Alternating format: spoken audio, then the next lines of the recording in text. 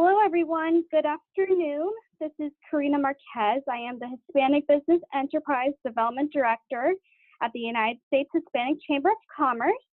We are very excited for today's March installment of our monthly webinar series entitled Small Changes, Big Impact, Keys to Unlocking the Supply Chain Journey. This webinar is also part of our Supplier Ready program, which was designed to help our matchmaking participants gain skills prior to the matchmakers before our two signature events. Today, we will be hearing from three corporate leaders in the supplier diversity arena: Fred Lona from Hilton, Brian Hall from Shell, and Aaron Cottle for Toyota. Fred will be covering supplier development, Aaron Cottle will be covering small changes, big impact, and Brian Hall will be covering winning conversations. And then there will be a large Q&A portion at the end. And however, before I pass it along to presenters, I do want to do a quick housekeeping as it pertains to the Q&A. At the bottom of your screen, you will see a chat box that says Ask a Question. At any point in the webinar, you may send a question to our presenters. However, we'll be addressing all the questions at the end during the Q&A portion of the presentation. With that, thank you all very much for joining us today. And without further ado, I'm going to pass it along to Fred Lona. Thank you. Can you hear me? I just want to be sure. Yep, we can hear you, Fred. Okay, thank you very much. If you can go to the next slide. First of all, I want to say thank you for attending this session, and I'm honored to provide some information that I think is relevant to your development as a supplier and potentially doing business with corporate America. And I think what we need to do really is kind of preface this by saying that doing business with Hilton or with any other corporate American corporation includes some basic assumptions that you have to be aware of. And this one is that you're ready to do business on our level. Not on your level. You have to understand it's our level. You need to know our rules. You have to be ready to work with them. And this is also, unlike baseball, you only get one strike when you are the new supplier. And your mother was right. First impressions are important. If you want to gamble, you might get another chance when the buyer transfers, retires, the company is bought out, or dies. In this case, it can be a long wait. So you really want to be prepared and ready to go. You also need to realize you have to be better than the current supplier as you are the unknown entity. Why should the buyer switch if the replacement is the same quality, service, or price? So you're going to have to be more creative, you're going to have to be innovative, and you're going to have to be a problem solver when you come in. And the next thing you need to be aware of is corporate America assumes you are ready and capable when provided the opportunity to present your company's services or products. This is what I'm talking about. You have one shot. You have to impress right then at the first time. No, they have to feel comfortable with you because procurement is still people trusting each other and believing in each other. So when I buy something, I'm buying something from the person in front of me that's selling it, not necessarily the product. Your inability to demonstrate that you are ready, capable, or knowledgeable will be perceived as an unfit supplier or supplier mismatch, and that's deadly in a sense. So in summary, you have to do your homework. Remember, you are the visiting team, and remember that way, because you have to be aware of your market, know your target, do your research. There's so many times people work so hard to get in front of the decision maker, and they're not a match, or they didn't do their research. So make sure that you know where you fit in the supply chain as well. Be aware of market trends. Look at where the market is going. Just don't be there selling a widget and saying this widget is going to answer all your questions. Be aware of where that widget fits in their supply chain and how it's going to affect their particular revenue. And once again, know the rules, especially the players and the expectations. You've got to know these things beforehand. If you know these, you will be better prepared to provide them an overview of your company's services and products. And more importantly, and this is straight off the web, is know the procurement processes and supplier requirements that they are asking for. If you don't fit, they're not going to make an exception. What you have to do is grow your company so that you can fit and work with corporate America. Now, the other part about corporate America that you have to be aware of is we're cheap. We want the best for the least price. Second, we're slow payers. So you have to be financially prepared to be able to do business with corporate America. Remember, normally the invoices aren't paid usually from the due date of the invoice, 45, 60, 90, 120 days, depending on who you're doing service with. So you have to look at the market and recognize, do I want to do business with that corporation or not? Or more importantly, can I do business with that company? So you have to once again recognize that you are offering a superior product or offering, and be prepared to demonstrate your capabilities at any time. You must be ready when you go out in the business world and are going to meet with somebody or the chance to meet a potential customer. You have to be prepared. Next slide, please.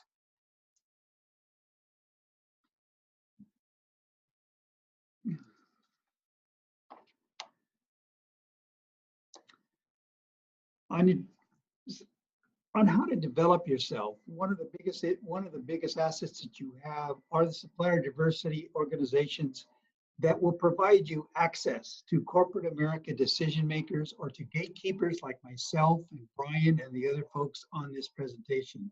We are what are gatekeepers for you to help you along this process to do business with corporate America. We want you to succeed. But we are also protecting our our corporations' assets and liabilities.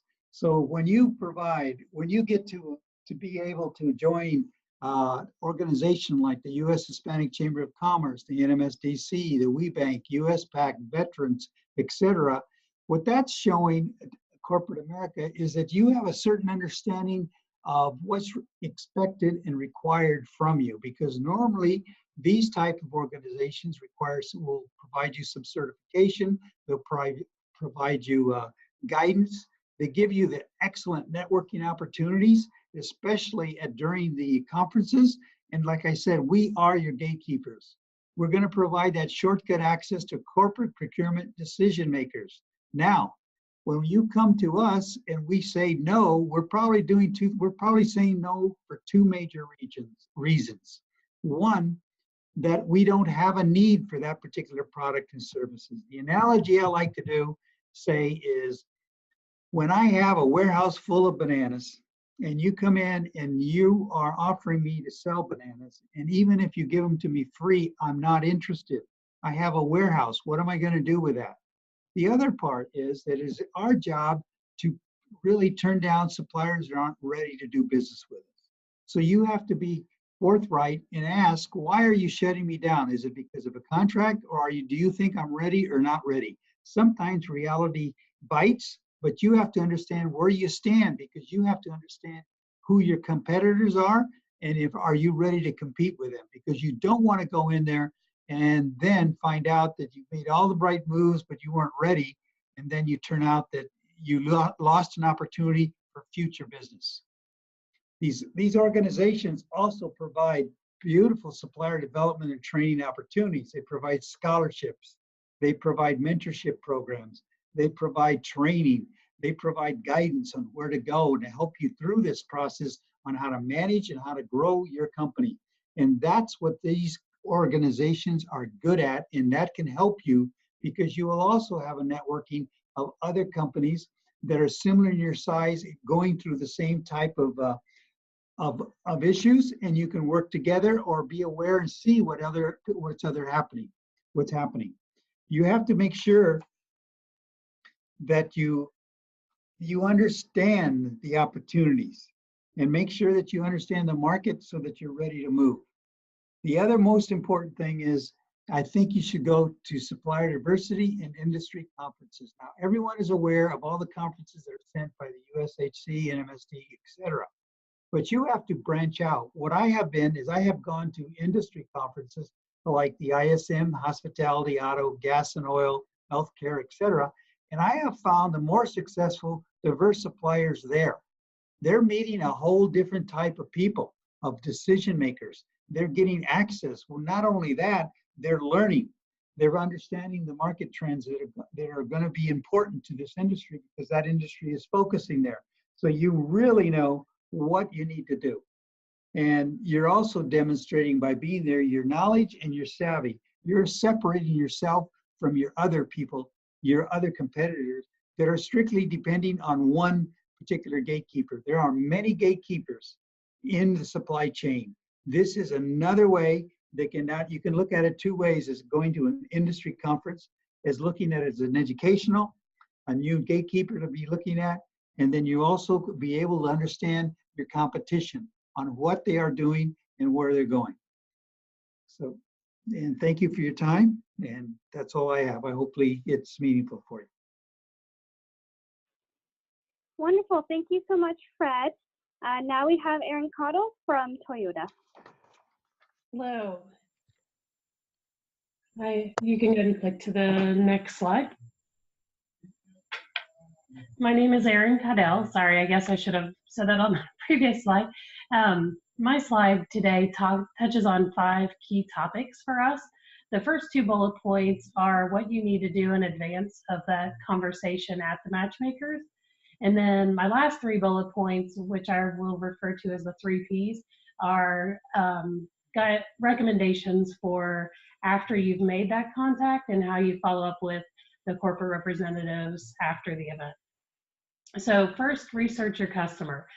One of my tricks that I always like to recommend to potential suppliers is to better understand the customer that you want to approach.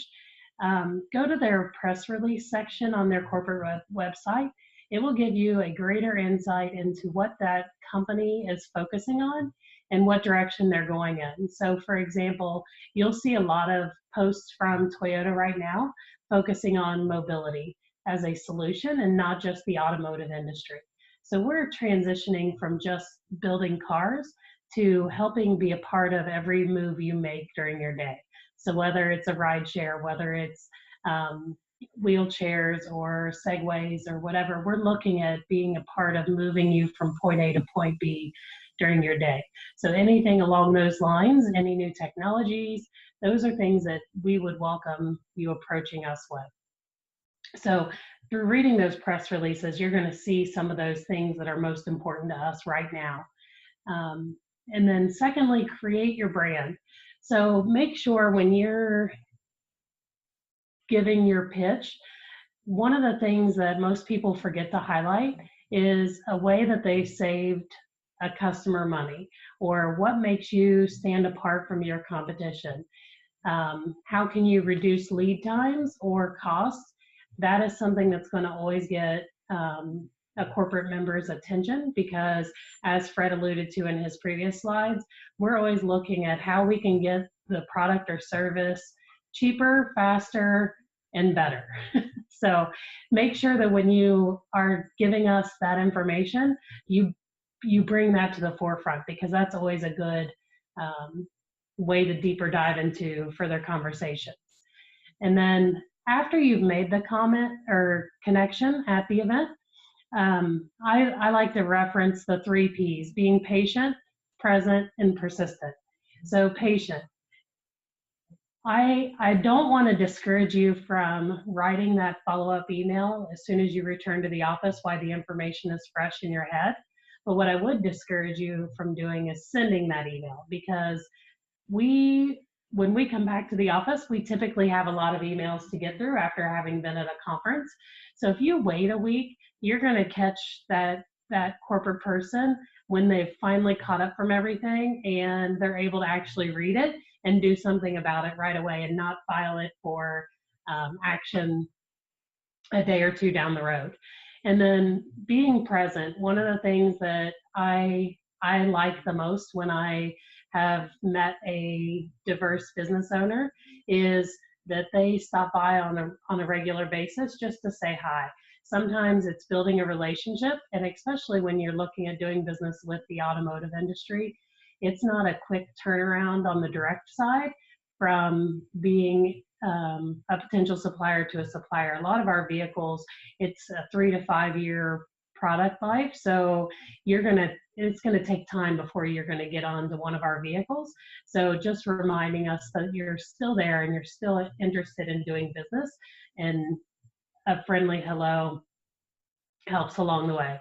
And then my be persistent, I like to see quarterly updates, maybe every other month, just letting us know maybe some new customers that you've added, new technology, a new process, anything that you're doing that is relevant, that's new within your business.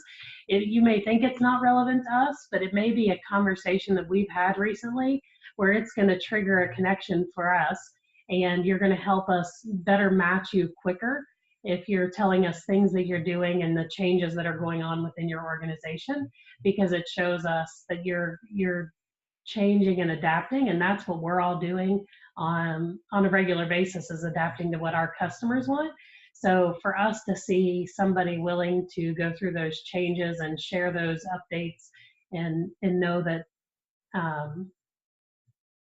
you're more adaptable with our business as well. And with that, I'm ready to turn it over to Brian, I believe. Next slide.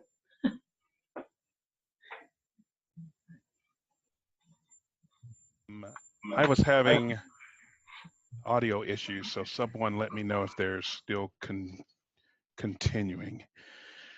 Okay, Brian Hall with Shell.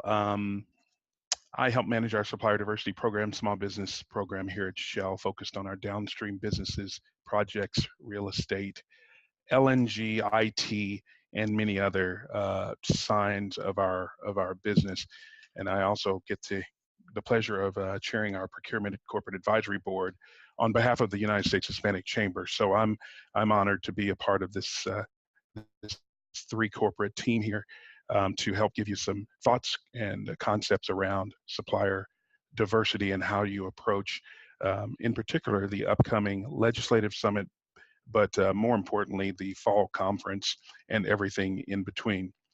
Some of us on the, as we call it, the PCAB, have observed that business enterprises are sometimes not fully prepared to drive engaging conversations.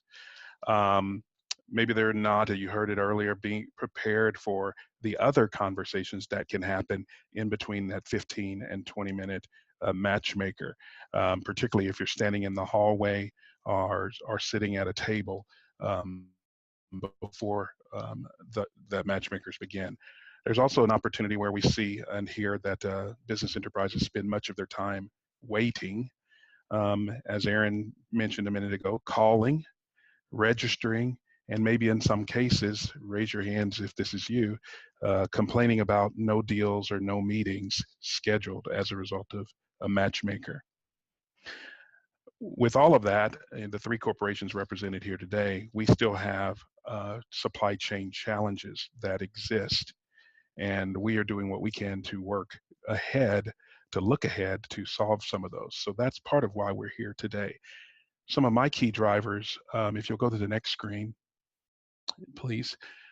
Some of the key drivers for my portion of the conversation, you'll hear some similarities as you've heard from Hilton and from Toyota, but it's really to help give you some clear paths for making waiting pay off. It's not that you have to wait, it's what you do while you wait. And as you can see here, there's 3 sections that I'll speak on. One is a deeper dive on building your strategy, your roadmap for success, building your brand. When I go back to the strategy part, I'm talking about developing a rhythm of learning that advances your story beyond product or service. Developing a rhythm of learning that advances your story beyond product or service. And you end up developing that into a strategic problem-solving mission. The second group there you see behind brand is I'm going to encourage you to replace your old habits with new ones that build a strong network that work as agents for you and your business. And of course, the third stream there speaks of relevance. I believe today requires you to validate your relevance and your impact that you heard Fred mention every step of the way, which in turn will help you remain relevant. Again, validate your relevance and impact at every step of the way. This is what I mean by winning conversations. There are transactional behaviors that we all are guilty of, and we, in some ways, lose when we do that. And the goal here is to help you win. So a deeper dive on what to do. Again, I mentioned it's not that you have to wait. It's what you do while you're waiting that matters.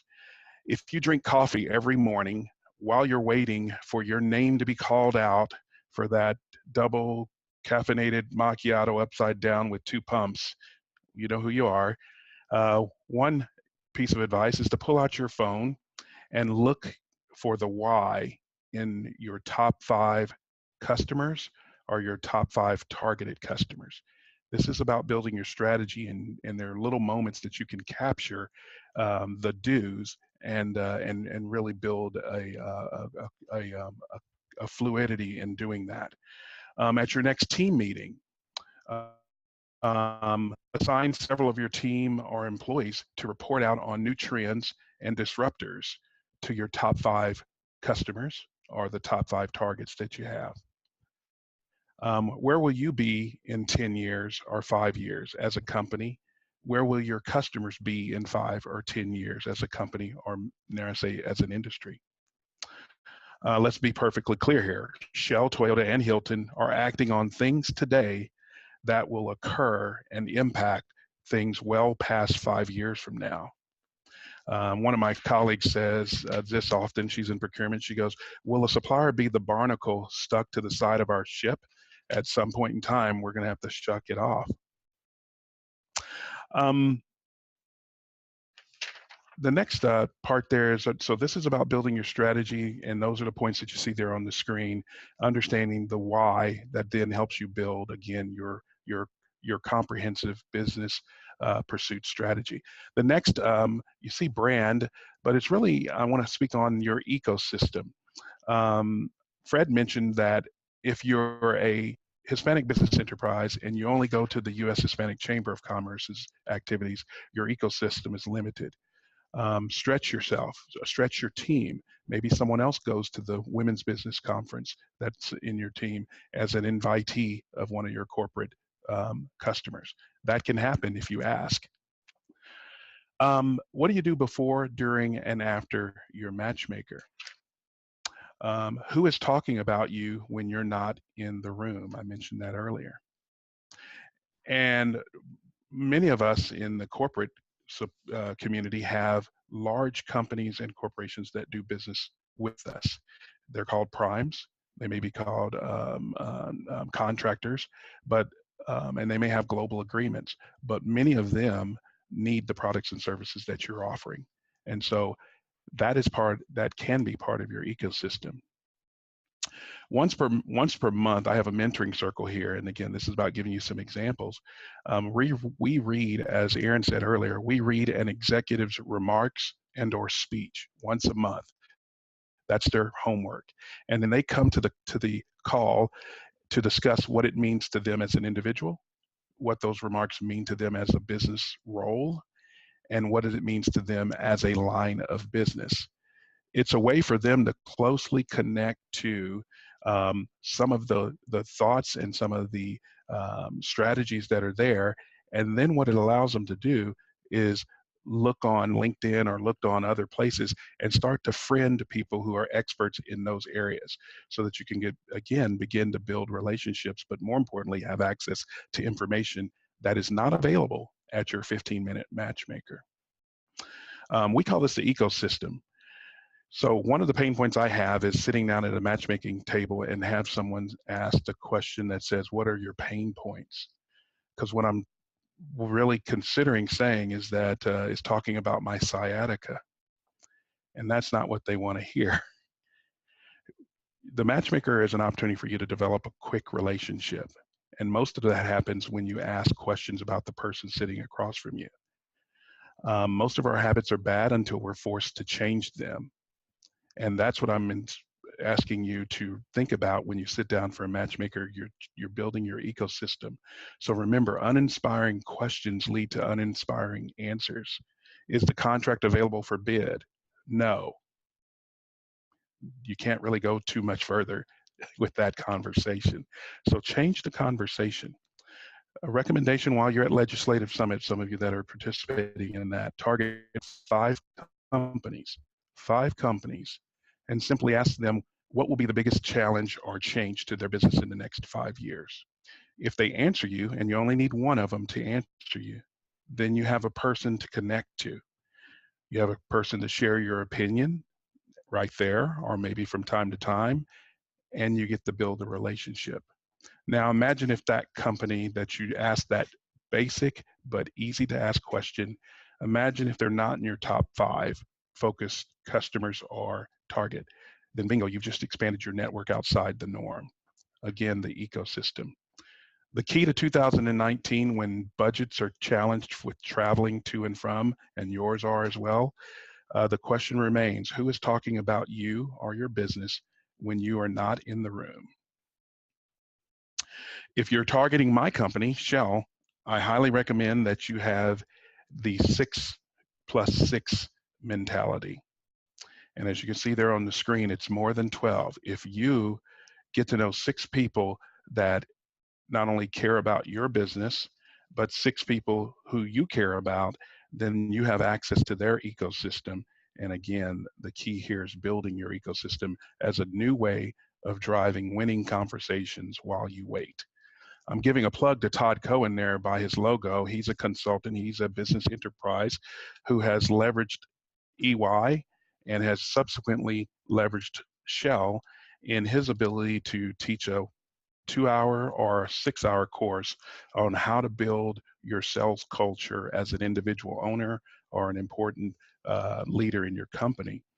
And it's critical, I believe, to the future on how well your ecosystem talks about you that will help you attack supply chains that are becoming more and more complicated but tougher to get into. Let me round out this portion with the relevance pace that you see there. I'm a staffing company. I'm an engineering consultant. I'm a leader in IT.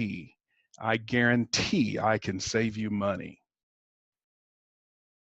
I can bet my colleagues that are from Toyota and Hilton hear that time and time again. Relevance is not a promise.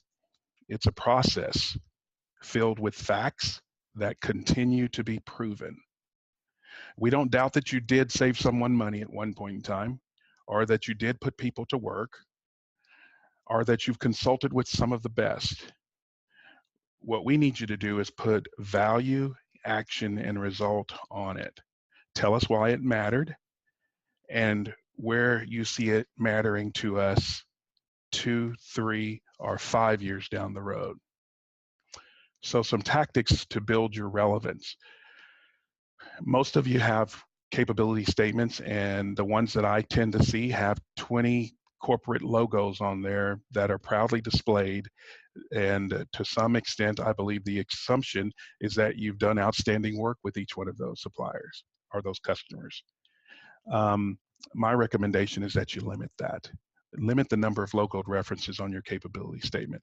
Yes, we do want to see industry experience, but only with impact details. So if you're going to add some details on what you caused to happen with Toyota last year, then you don't have room on your capability statement to put 30 of those. So find the ones that have the most recent, not 2009 projects, have one that has performance metrics, and maybe add a bullet on how did you shift, disrupt, lead, transform, ignite, or even fail in delivering on a product and service. because we all fail at something. The question is, what did we learn from it, and how are we better as a result of it? And you wouldn't believe that I don't believe to this date I've read a capability statement that's told me what they are not capable of, but what they're willing to change. Do you have a resume? Capability statements are exactly that, your resume. And if you're approaching Hilton, Toyota, and Shell with the same resume, that's a challenge.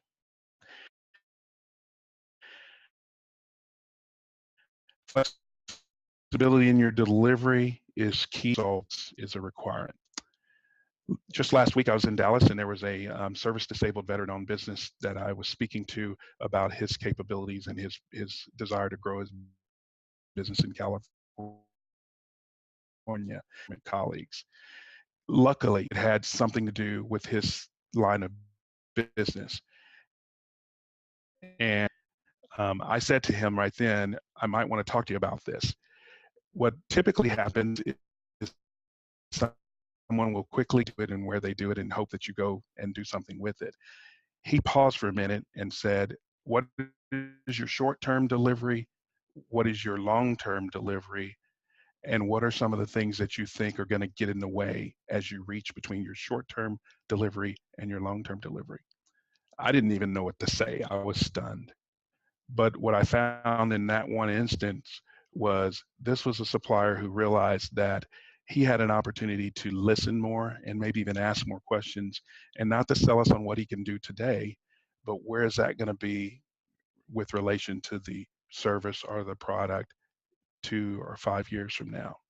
We may not know the answer to that, but when you think about the corporate supply chains that Fred mentioned earlier and how tough it is and how we work through it, the careful conversations that you have between now and success are really what's going to help drive your success. Next slide, I'll finish up here. We've talked about, I think the gist of this entire webinar is to not shake you from having matchmakers and talking about the short-term opportunities that may fall from the trees or fall from the table or whatnot for you, because that does happen daily.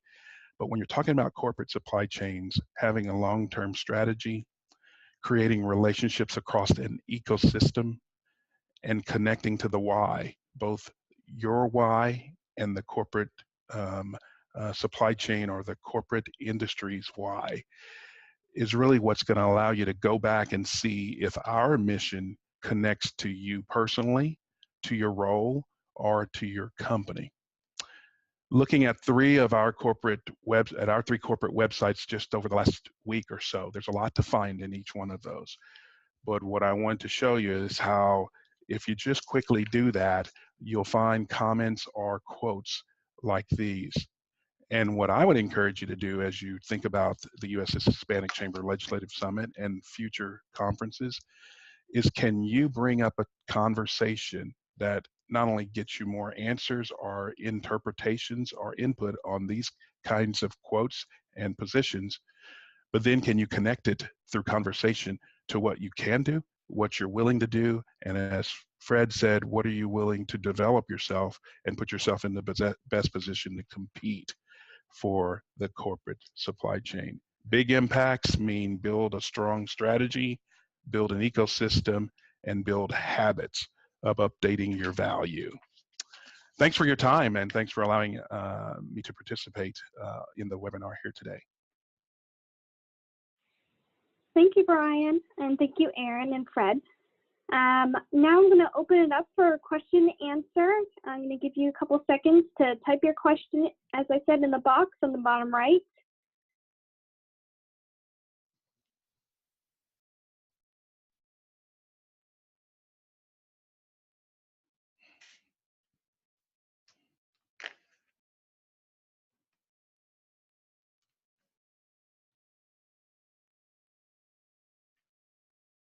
Okay, so we have our first question here. So this is from Daniel Levy. He says, thank you all so much for your time. Brian talked about the mentoring circle. Is that only at Shell? Can you elaborate further?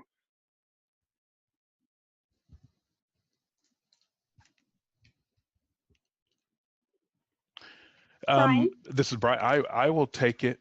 Okay, thank you. Can you hear me? Yes. Can you hear me? Okay, good. Yes, Sorry. we can Thank hear you, Daniel, for the question. Thank you for your question, and I'm glad that you help corporations become more productive and engaging. Your furniture company does. Thank you. The mentoring circle that I mentioned is here at Shell, and it's on 3 levels, shall I say. Our executives and it's all voluntary. Our executives have mentoring circles, and then our line of business leaders have mentoring circles, and then our employee resource groups have mentoring circles.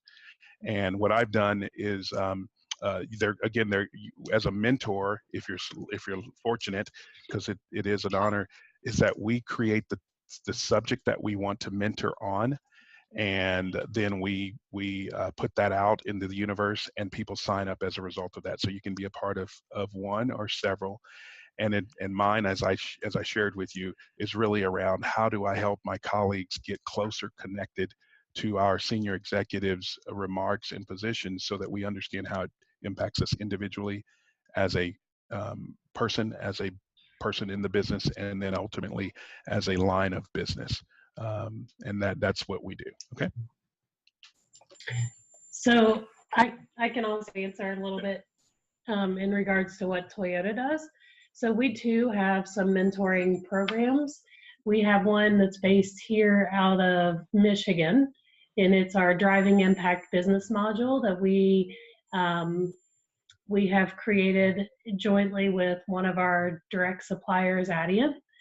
And we work with a group of corporate members as well as a group of diverse members, and we mentor them through, it's similar to the Centers of Excellence that NMSDC does, but we adapted it more to meet our needs in the automotive industry. And then additionally, our financial services arm in Dallas, Texas through WBEC Southwest, WBC Southwest, I believe, hosts a mentoring program there as well. Both of the programs, I believe, have a 24-month commitment. And then depending on what the need is at the time, that's how we pick which who would be participating in that. So I know there's an application process for the business module, the Driving Impact Business module here in Michigan. So we reach out to the corporate members that are part of that to understand what diverse companies they're looking for. And then we try to create the partnerships through that business module. On the financial services side, the one that's hosted out of Dallas, I would have to get more information because that arm of our business is separate from us, but I can certainly get more information if it's an area where you're closer in proximity. Perfect. Thank you both. So for our next question, and this kind of goes into, this can be kind of broader to just Shell, but so the question is, we tried to register with Shell, but we were told registration was by invitation only. How do we register with you? And I think this is something that a lot of Hispanic business enterprise members ask us, right, about different corporations and their portals, and how do we get on the radar and be in the data system. So do you guys have any kind of thoughts on that? Perhaps can go over what corporations look for in inviting HBEs or just minority business enterprises or women business enterprises to join these types of portals. Sure. So from Toyota's perspective, we have a diversity website for any certified diverse organization. You would go to onetoyotasupplierdiversity.com, and there's a registration portal there. So that is one method to go. We just launched the new registration system in October of 2018, and the system now notifies if you, I'm going to use the gentleman that asked the first question that does office furniture. If you identify that you provide office furniture, it actually notifies somebody within that buying group that there's a new potential supplier in the system, so that they can then go in and review your company's information and ask more questions if necessary. And then what I honestly would say that the best possible way is that initial face-to-face at one of the NMSDC, WeBank, USHCC, NVBDC, NGLCC, any of those conferences that Toyota is at. When you can meet face-to-face with somebody from our supplier diversity team or one of our buyers, that's going to be a better first step, because you can ask questions. They can also get information, and you're not filling out a long form that in the end to find out that you may not be a fit for our organization. So I think initially my personal recommendation is always that face-to-face to better understand if there is a fit before going down the road just filling it out online. Okay. Thank you, Erin. Brian, do you have anything for that question? If not, we'll move on to the next question. Okay. So next question is, thanks for your insight. We are a marketing firm who has been fortunate enough to get the first yard line with several Fortune 500s. Our struggle has been getting to supplier diversity advocacy to translate into marketing willing to take a chance. Do you have any advice on ways we can aid our procurement contracts to sway the opportunity for a trial project or joining their prime in a team capacity?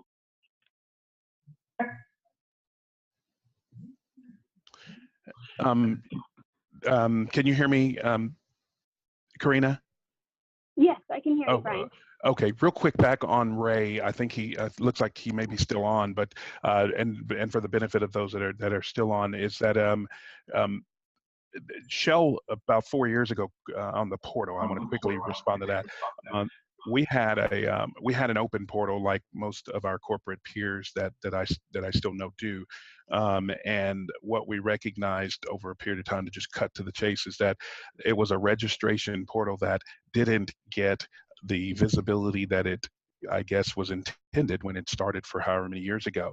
And what we found many things wrong with it, including the fact that suppliers would tell us, "Hey, I registered and I haven't heard anything," and we didn't have the savvy that you just heard from Toyota, and we just realized that there were some things that we just couldn't figure out how to do. So what we decided was that we would go to an invitation-only portal, which does really three things. So it was tough to pull that plug, but we did it, and we did it in the darkness of night, and but we did it for a very good reason. That we said we're going to go to an opportunity-focused program. One, we have targets of spend by line of business in Shell. And so this may tie to the marketing question that you have here. There's targeted spend numbers by line of business, and each Shell line of business has is challenged with looking at what categories of spend are they going to be looking at over the next 0 to 18 months, and those become opportunities. And if they are an opportunity, then that's what they communicate to us and the Supplier Diversity Advocate team to go out and pursue. As we're at the events, USHCC included, we'll be looking for suppliers specifically as a result of the opportunity log that we manage. If we find a supplier that fits into one of three categories, then you will be invited to participate in our online portal. And that is, if we have a clear connection that we want to make, then there's a clear action, and we can enter that in our phone right there into our Supplier Diversity portal. Or we can send an invitation to you, and you get to enter the clear information that focuses on the opportunity at hand and what capabilities you have to do that. The second is that if it's a warm situation where we know that there might be something down the road in the next 6 months or so, then we'll enter you into that portal asking for a clear dated action. And the third and final way is that if we find your business or service to be unique, we don't know that it fits into a bucket, but it causes something to happen, then that is another way to be invited into our portal. And of course, the most important one is if there's nothing available today, then we don't want you to spend your time in putting your resume into a portal if it's not going to be looked at. So that's how we manage our programming portal-wise. But we do have shell.us/getconnected is our supplier diversity website, where we put up videos, blogs, things of that sort that help you to see what we're looking for and why. So with that, I'll quickly and get out of the way of Aaron for the struggle on marketing. One, you get to the 1 yard line. The question that I would ask you is, what's missing that keeps you from that 1 yard line? Because if you're at a 1 yard line with a Fortune 500 company, good things have happened. The question is, what's missing? And my speculation could be a couple things. From a Shell perspective, our marketing is done by line of business, and done by project, and done by manufacturing site, and done by a particular thing that we're trying to do, or say or convey. And so the question that we are tend to keep addressing is, we're not looking for another marketing firm.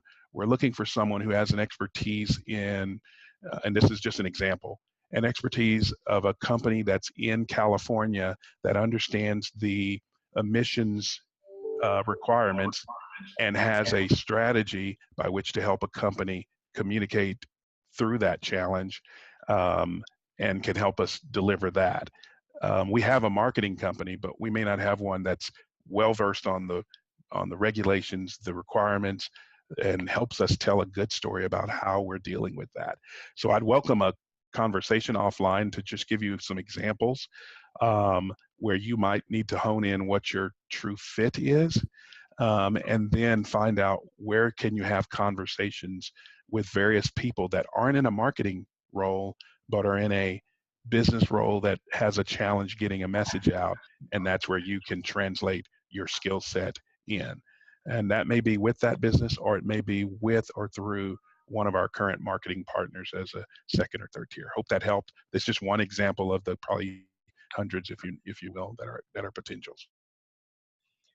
So from my perspective, Toyota supplier diversity perspective, what I would strongly recommend is, or ask is, did you ask for feedback from the people that completed the bid? Because if you're getting that close, and like Brian said, what is potentially missing, sometimes one of the things that Toyota will always do is provide that feedback after the bid if the supplier asks. Now, we can't give you intimate details about why you weren't selected, as far as, your cost was 15% higher or anything like that. But what we can give you is the missing pieces, so that next time when you come to the table, you come stronger. And if the buyer doesn't respond with that information, especially at Toyota, I would strongly encourage you to follow up with somebody within the supplier diversity organization, because we are very, very much about an open door policy. And so we want to make sure that that information is being funneled back to you, because the idea is eventually you're going to keep knocking on the door until you get through. And then secondly, one of the things that we always say, and Toyota tends to be a little slower in adding a new supplier, because our relationships are very important to us. And obviously, if you were that supplier, you wouldn't want to be replaced just because somebody came in with a better price. So we like to have more of a partnership approach with those relationships. So know that your best avenue starting out is working with some of your competition on a tier 2 level. at the end of the day, green is green and money is money. So you're going to get to know how to do business with us through those key partners that we have. And a lot of those marketing and advertising agencies have diversity targets as well. So we don't just expect that we spend a certain amount of money, we ask that of our supplier partners as well. So that's a great way to get your foot in the door and start building that relationship, is through a tier 2 relationship.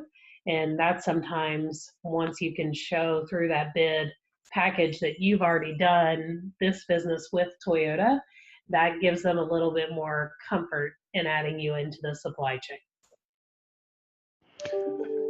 Yeah, Aaron, if you don't mind, let me add one to that, because I think it's as I was rereading the question, one, a great question, and this is not individual in a sense. I'll echo the fact that sometimes when someone receives a request for information, or they get you marching down the path and they make a decision, think about hiring. Sometimes they don't tell every candidate that they didn't hire them, right? You just don't hear anything. And so supply chain is really the same way. If you've got a lot of suppliers that are, feel they can do the work, but the person on the other side says, nope, this is missing or this is missing, I can misunderstand and also misadvise you if you and I both believe or assume what the 1 yard line means, because 1 yard line for you might mean something totally different than 1 yard line for us. What I would just offer you is that are you clear on who you're after and why? And do you clearly have the very key experience that they need in order to make the best decision? And sometimes you have to refer back to maybe some of the points I made, which is check your relevance again and see if it matches theirs. Just because you do marketing and they do marketing doesn't mean there's a match. And so maybe take it out of marketing and put it into what do you cause to happen, because marketing is a very broad category, and you may do something very different than just marketing. So anyway, that's just a thought, and I think if there's more conversation that you'd like to have around that, I think you've earned it by being on this webinar. And Karina, if I can be so bold to just say, if you want to connect us with anyone that offers, I would be more than happy to either share my thoughts or connect them with someone else that can at least give them some insights. Okay? Yeah. Absolutely. I'll be happy to connect you guys. Okay, do we have any more questions? Now's your time to ask Brian and Aaron questions.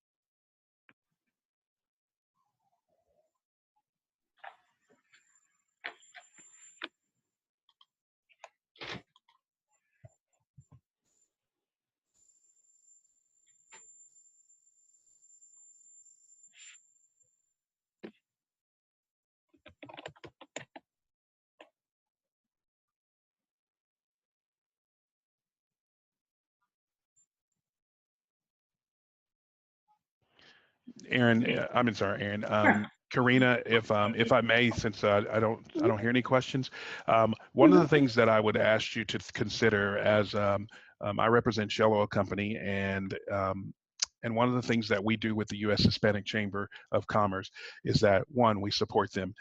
We support them because it gives us access to the Hispanic business enterprises that show up and make themselves available, and maybe in some cases vulnerable.